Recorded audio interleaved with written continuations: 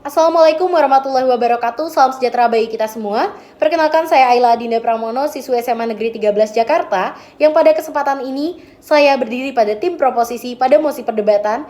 Dewan ini melarang sekolah untuk mengeluarkan siswa yang melakukan pelanggaran berat seperti perundungan, memakai narkoba, dan lain sebagainya.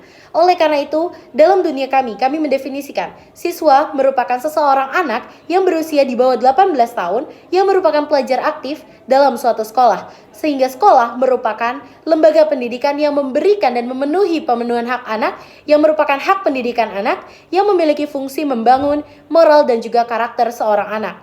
Dan pelanggaran ialah suatu tindakan seorang anak melakukan dan juga melanggar suatu peraturan baik di lingkungan sekolah ataupun peraturan perundang-undangan yang ada di suatu negara. Dan dalam mosi perdebatan pada pagi hari ini didefinisikan bahwa pelanggaran berat yang dimaksud adalah sejenis perundungan, narkoba, tawuran, dan lain sebagainya yang masih dapat dilakukan rehabilitasi dalam prosesnya karena merupakan dorongan dari internal ataupun psikologis dari anak itu sendiri.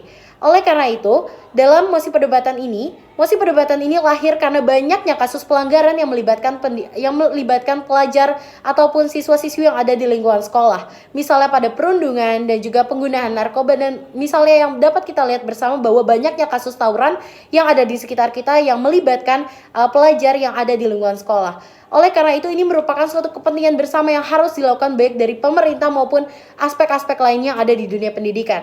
Sehingga pendidikan merupakan suatu hak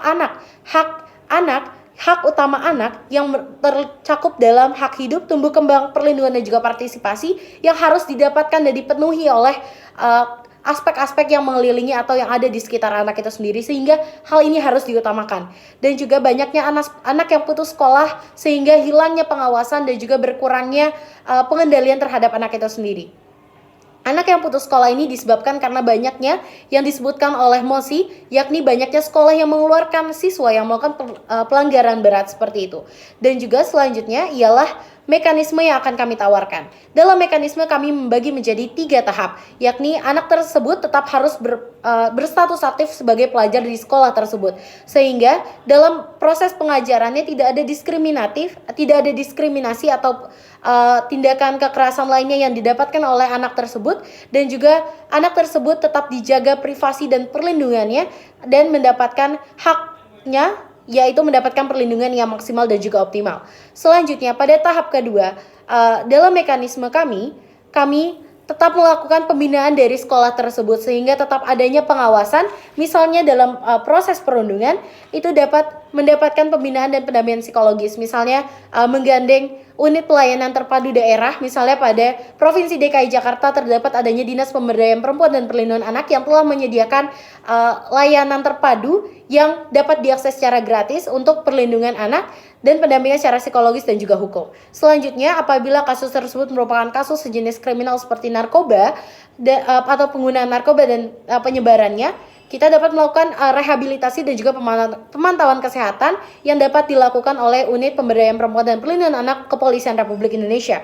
Oleh karena itu, selanjutnya ialah proses pembinaan seperti apa yang akan kami lakukan. Kami menawarkan 2 opsi, Dewan Juri yang terhormat. Ialah yang pertama, tetap tinggal bersama orang tua dengan adanya formulir atau pelaporannya harus dilakukan oleh anak dan orang tua setiap harinya untuk melaporkan kegiatan sehari-hari anak yang dilakukan dalam kesehariannya. Selanjutnya, setiap akhir pekan atau jadwal tertentu dijadwalkan mendapatkan pendampingan psikologis dari pusat rehabilitasi seperti BNN dan lain sebagainya, dan juga unit pelayanan terpadu yang sudah saya jelaskan sebelumnya.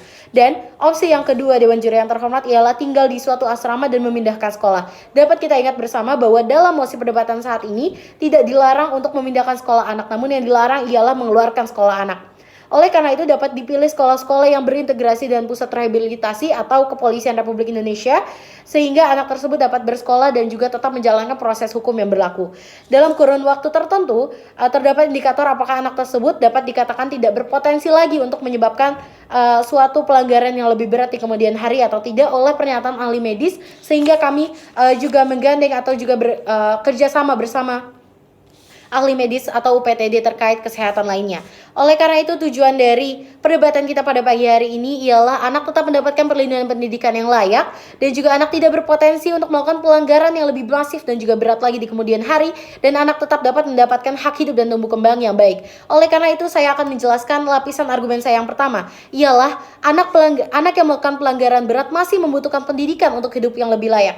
Dewan juri yang terhormat, perlu kita sadari bahwasanya setiap anak akan melakukan atau akan bertumbuh menjadi dewasa.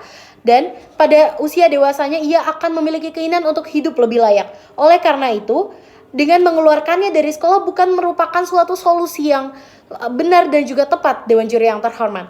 Karena mengeluarkannya dari sekolah tanpa menjadi dan juga dapat menjadikan ia jerah, namun tanpa adanya pendampingan dan pendidikan, potensi untuk melakukan kejahatan justru akan lebih besar, Dewan Juri yang terhormat. Sehingga mengapa hal ini terjadi? Karena biasanya dalam seseorang untuk melakukan suatu kejahatan atau suatu pelanggaran terdapat dorongan psikologis dalam dirinya sendiri. Saat seseorang mendapatkan perlakuan tertentu, dirinya akan mengafirmasi dan juga memvalidasi sehingga mempengaruhi daya berpikir serta pembentukan karakter, khususnya pada usia anak dan juga remaja, yang pada proses pertumbuhannya dibutuhkan pendampingan dan pengawasan agar tidak salah jalan, Dewan Juri yang terhormat. Oleh karena itu, pendampingan dan pengawasan wajib dilakukan untuk mengurangi potensi melalui fungsi yang telah sekolah lakukan, yakni sebagai lingkungan atau wadah dari pendidikan itu sendiri dan juga pengembangan karakter anak agar anak memiliki pribadi yang lebih baik di kemudian hari. Selanjutnya, Dewan Juri yang terhormat, saya akan menjelaskan tentang lapisan argumen saya yang kedua, ialah mengeluarkan anak dari sekolah justru akan berpotensi membesarkan dorongan psikologis untuk melakukan kejahatan yang lebih masif dan juga besar, Dewan Juri yang terhormat.